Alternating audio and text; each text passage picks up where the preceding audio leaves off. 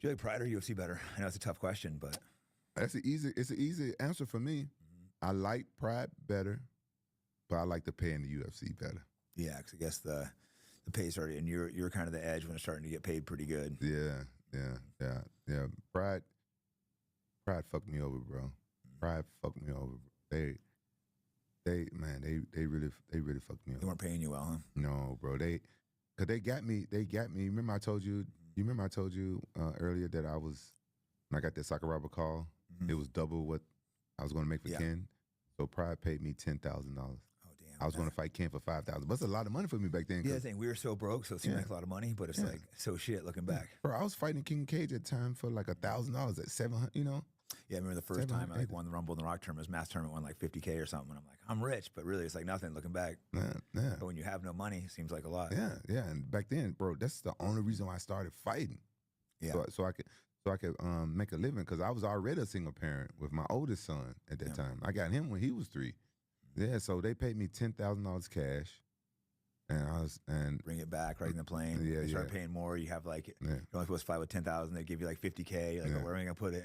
Bro, I worked my way up, and Pride really started fucking me over, and people that was on the same level as me was getting paid 100, 150, 250, and I was still making 30. Wow, that's crazy. Yeah, you're a big star there. I wonder why they're treating you like shit. Yeah, bro. They something personal maybe with the Yakuza. No, it wasn't. It was these people that worked for They was like well, let me see what they was. They was kind of like what Hunter is to Dana UFC, White to UFC. So they was like that, and they worked closely with the president and the vice president, and you didn't negotiate with them. With the president, like you wouldn't negotiate with the Dana White. You wouldn't negotiate with these people, and they'll go back to talk to Dana White, right? So the manager and stuff I had at the time, they just didn't know any better. Yeah. And I was like, okay, it's better than nothing. But then I found out that I was getting fucked over. And then that's when I started getting out of contract. Then I left Pride right before they lost their TV deal with Fuji TV. Yeah, it was crazy because it was so huge in Japan. They would sell 56,000 seat arenas, and then just went under because it was a Yakuza scandal. They lost their TV deal, and just fighting disappeared. And fighting's kind of dead in Japan now. It's kind of sad. Yeah. I jumped ship right before they. Perfect time. Yeah, UFC probably paid you pretty good to jump over. And yeah, I got lucky. I went to what WFA was trying to come back, right? And my manager at the time. This wasn't the original manager that got me the shit deal in Pride. Yeah. He took over later because I fired that manager and I tried to get with him to get more money. That's when I started making more money over there once I got a better manager, because he knew where everybody else was getting paid. And so he told me, So he started giving me better paydays. But by this time I was salty because a lot of reasons. I had the #1 selling toy out there. Wow. And they only gave me one, right? This is how stupid they are. They only gave me one toy. So when I got the toy, my family members and friends always wanted me to get them a toy when I went to Japan. And I would go to the store and try to buy one because I don't like asking people for shit. It was always sold out. And so they would pay you in Japanese yen how much percentage your toy make, and they would just give me bullshit money. They was like, oh, your toy don't sell. Just scamming it. And I was like, I told them right to their face, I said, now I know how stupid you are, because you said my toy don't sell, right? And you only gave me one toy. If you were smart, you would give me more toys, so I wouldn't try to go to the store and buy them. They always fucking sold out. Then they eyes get big. I say, you fucking stupid. You fucking with the wrong motherfucker. And then I started having problems with the video game and stuff. And then they started fucking with me. So I was like, oh, I'm out. So my manager at the time, he became the president of WFA, and so by law he couldn't manage nobody. So he let me go. So he doubled the biggest purse I ever had in Pride for WFA, and gave me this the craziest pay-per-view deal, because he knew they wasn't going to do pay-per-view. Yeah. So when Dana White bought, so they had to buy at the pay-per-view deal, so you were getting paid. When I fought Chuck, oh my God, I had the best pay-per-view deal. That's awesome. And MMA history. Yeah, it's where a lot of the casual fans are like, oh, fighters are paid so bad, which is partially true, but they don't understand there can potentially be some big backdoor money. Yeah, they don't know. The big stars end up making a lot of money people don't know about. But you know what? That low-key make us look bad, because MMA fans think that we don't get paid shit. No, it's weird that they want them thinking we make a lot less than we do. It's kind of strange, right?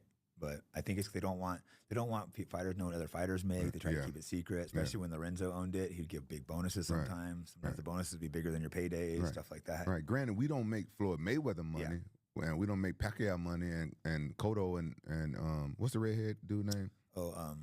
Terrible his name too. I know you're talking about the redheaded Mexican. Yeah, goddamn, I'm a fan of his too. Right, I know exactly. What you're talking about. We don't make their motherfucking money.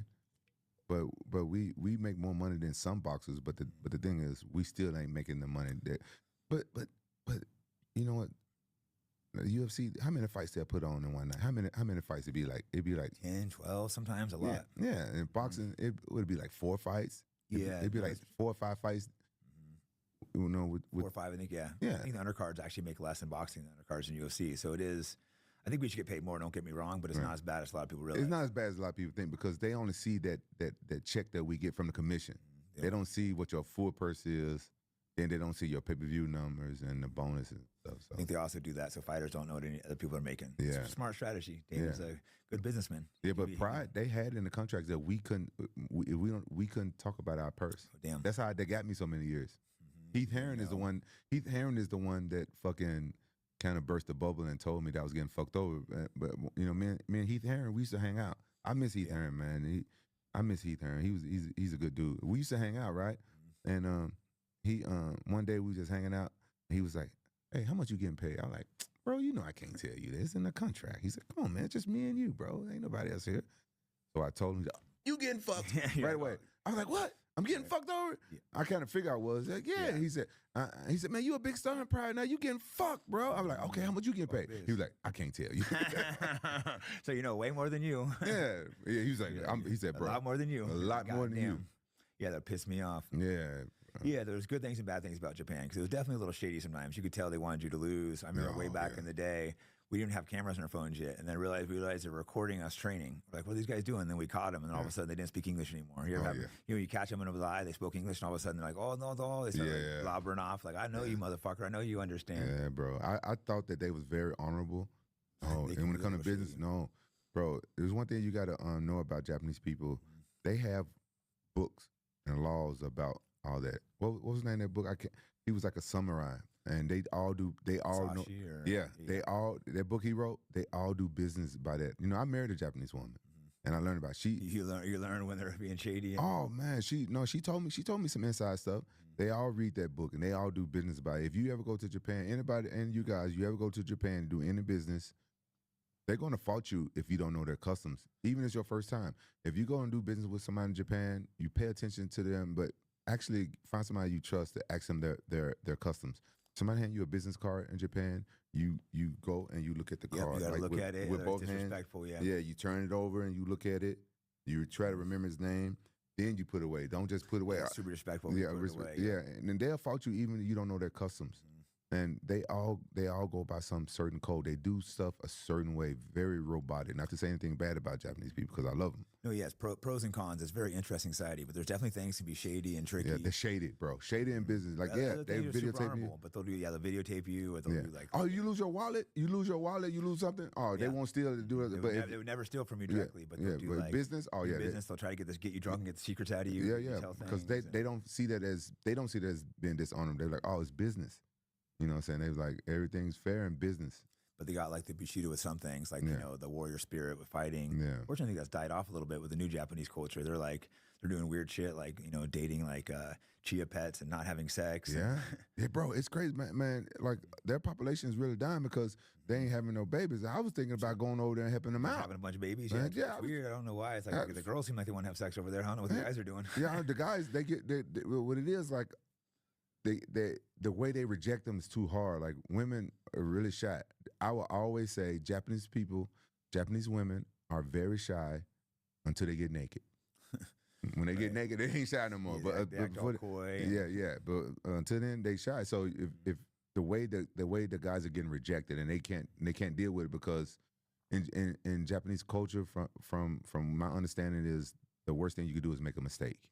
That's why it's really bad. So the people will ridicule you, make fun of you, and bully you if you make a mistake. So if you go and hit on this girl and you can't get her phone number or something like that, you know, you fail.